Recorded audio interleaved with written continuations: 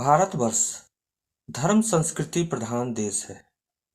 खासकर हिंदू संस्कृति में व्रत और त्योहार का विशेष महत्व है, क्योंकि यही व्रत और त्योहार नई प्रेरणा एवं स्फूर्ति का परिपोषण करते हैं, जिसे हमें अवश्य जानना चाहिए। और इसी कड़ी में आज हम जानेंगे अक्षय तृतीया के बारे में। नमस्कार, मैं ज्योतिषाचार्य हरीश चंद्रागिरी आपके अपने चैनल सुहानी ज्योतिष पर बहुत बहुत स्वागत करता हूँ।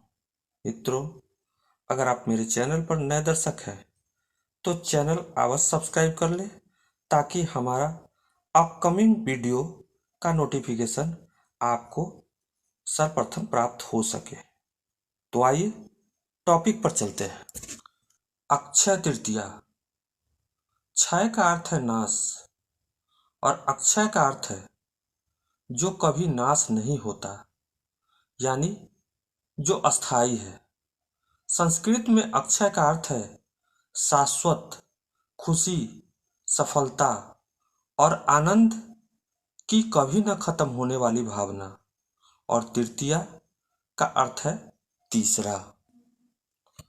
अक्षय तृतीया हर वर्ष वैशाख मास के शुक्ल पक्ष की तृतीया तिथि को मनाई जाती है। ऐसी मान्यता है कि इस दिन कोई भी शुभ कार्य करने के लिए पंचांग देखने की आवश्यकता नहीं होती। और इस वर्ष 2023 को यह 22 अप्रैल दिन शनिवार की सुबह 7:49 से प्रारंभ होकर 23 अप्रैल को सुबह 7:47 तक रहेगी। पर अक्षय तृतीया इतना शुभ क्यों है और इसे हम शुभ क्यों मानते हैं? क्या है खास इस दिन? आइए इसे जानते हैं। शास्त्रों के अनुसार अक्षय तृतीया पूरे एक वर्ष में उन 3.5 शुभ मुहूर्तों में से एक है जिसे अबुझ मुहूर्त माना गया है। इसे स्वयं सिद्ध मुहूर्त भी कहा जाता है और यह है चैत्र मास के शुक्ल पक्ष प्रतिपदा यानी होली की तिथि, वैशाख शुक्ल पक्ष की तृतीया यानी अक्षय तृतीया, आश्विन माह के शुक्ल पक्ष की दशमी यानी विजयदशमी और कार्तिक मास शुक्ल पक्ष की पहली तिथि। इन मुहूर्तों को किसी पंचांग में देखने की आवश्यकता नहीं पड़ती। आप किसी काम को बिना पंचांग देखे किया जा सकता है। वैशाख के समान कोई मास नहीं होता, सतयुग के समान कोई युग नहीं होता, वेद के समान कोई शास्त्र नहीं है, गंगा के समान कोई तीर्थ नहीं है। इसी तरह अक्षय तृतीया के समान कोई तिथि नहीं होती। पुराणों में वर्णन है कि यह बहुत ही पुण्यदायी तिथि है और इस दिन किए गए सभी प्रकार के पुण्य कार्य का अक्षय फल प्राप्त होता है। तो आइए अक्षय तृतीया के दिन घटने वाले महत्वपूर्ण घटनाओं का जिक्र कर ले, जिसे जानना ही इस तिथि का महत्व को पूर्ण बनाती है। अक्षय तृतीया, इसी दिन और इसी तिथि को ब्रह्मा ने इस सृष्टि की रचना की। चारों युग सतयुग, त्रेता, द्वापर, कलयुग का प्रारंभ इसी दिन को हुआ। भगवान विष्णु के छठे अवतार परशुराम जी का जन्म इसी तिथि पर हुआ। नर नारायण रूप विष्णु हयग्रीव का अवतरण इसी दिन को हुआ और इसी तिथि पर हुआ। देवों के खजांची भगवान कुबेर को खजाना इसी दिन प्राप्त हुआ। ब्रह्मा जी के पुत्र अक्षय कुमार इसी दिन अवतरित हुए। इसी दिन मां गंगा स्वर्ग से धरती पर अवतरित हुई। इसी दिन माता अन्नपूर्णा भी जन्मी थी। इसी अक्षय तृतीया के अवसर पर वेद व्यास जी ने महाभारत लिखना प्रारंभ किया। इसी अक्षय तृतीया पर भगवान शंकर ने गृहस्थ आश्रमी के लिए कुबेर एवं माता लक्ष्मी की पूजा अर्चना करने की सलाह दी थी। इसी तिथि पर बसंत ऋतु का समापन एवं ग्रीष्म ऋतु का प्रारंभ कहा गया है। इसी तिथि पर सूर्य अपनी उच्च राशि मेष में एवं चंद्र अपनी उच्च राशि वृषभ में होता है। इसी दिन ब्रह्मा जी का पुत्र अक्षय कुमार का अवतरण हुआ।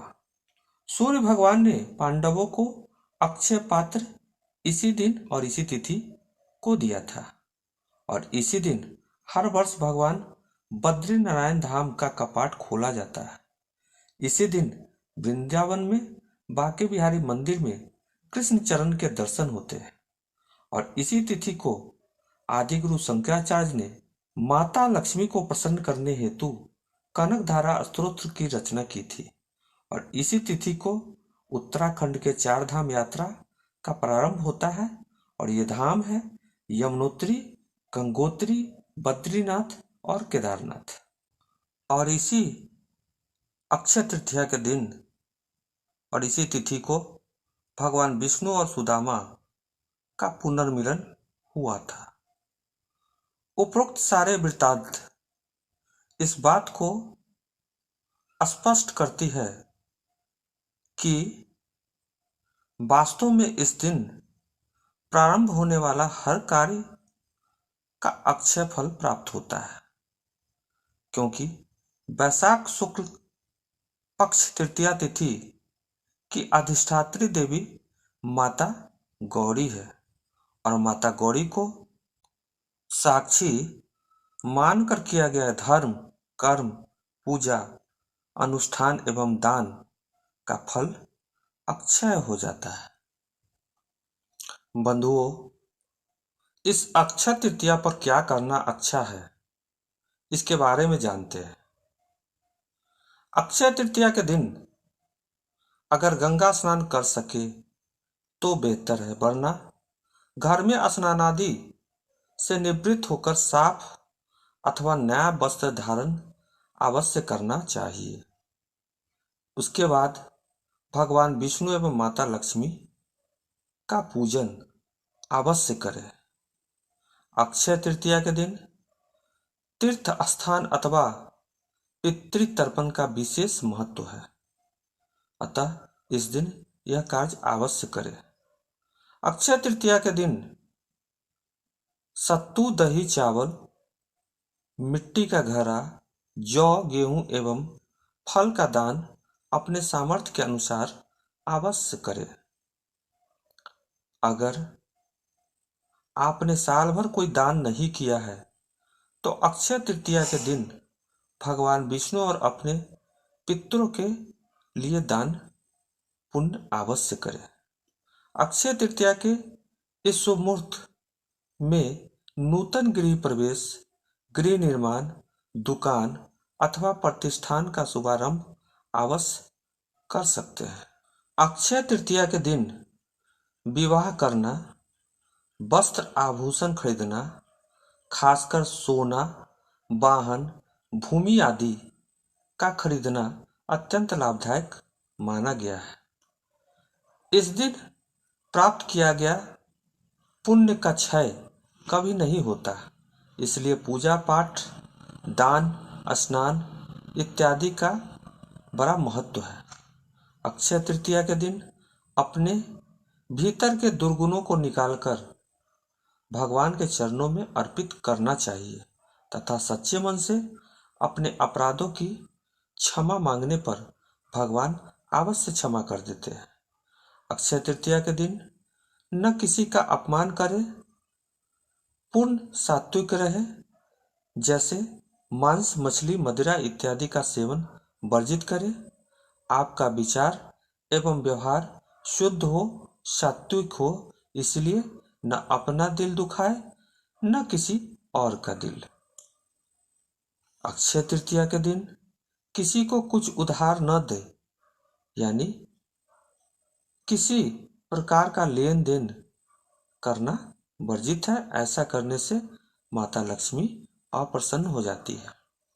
इस दिन प्राप्त आशीर्वाद बेहद तीव्र फलदायक होता है, इसलिए प्रयास करें अपने गुरु, इष्ट एवं बड़े बुजुर्ग से आशीर्वाद प्राप्त करने का। धन और भौतिक वस्तुओं की प्राप्ति तथा भौतिक उन्नति के लिए इस दिन का विशेष महत्व है। धन प्राप्ति हेतु मंत्र, अनुष्ठान व उपासना बेहद प्रभावी होते हैं।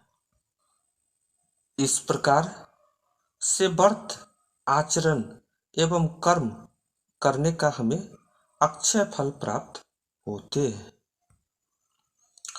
तो बंधुओं, यह था हमारा एक छोटा सा प्रस्तुति अक्षय तृतीया के महत्व के बारे में। यह प्रस्तुति कैसी लगी अवश्य कमेंट कर बताने का प्रयास करेंगे। वीडियो अच्छी लगी तो लाइक एंड सब्सक्राइब कर देंगे एवं ज्योतिष संबंधित किसी समस्या के समाधान हेतु हमारे नंबर पर हमारे कार्यालय से संपर्क कर सकते हैं। तो इस प्रस्तुति को देते हैं यहीं पर विराम और मिलते हैं किसी अन्य वीडियो के किसी अन्य टॉपिक के साथ। तब तक खुश रहे। जय श्री राम।